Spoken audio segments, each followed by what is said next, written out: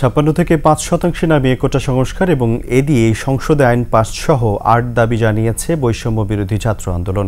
আর শিক্ষার্থীদের এই দাবি যৌক্তিক ও বাস্তবায়ন সম্ভব বলে জানিয়েছেন আইনমন্ত্রী। মানিক শিকদারের আরও একটি রিপোর্ট।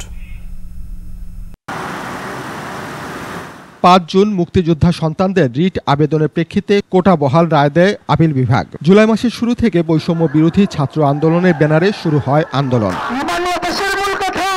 শুক্রবার রাতভর রাষ্ট্রীয় অতিথি ভবন পদ্মায় আন্দোলনকারীদের সাথে বৈঠক করেন আইনমন্ত্রী, শিক্ষামন্ত্রী, তথ্য ও সম্প্রচার প্রতিমন্ত্রী।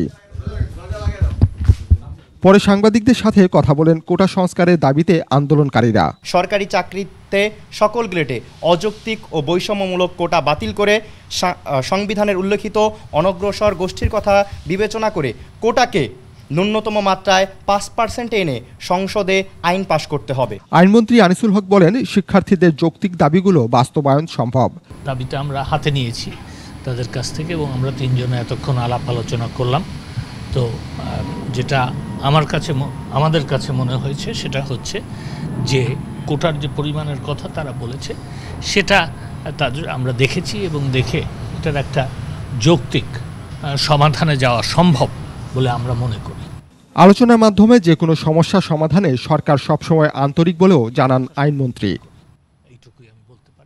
মানিক শিকদার, ২১ টেলিভিশন, ঢাকা।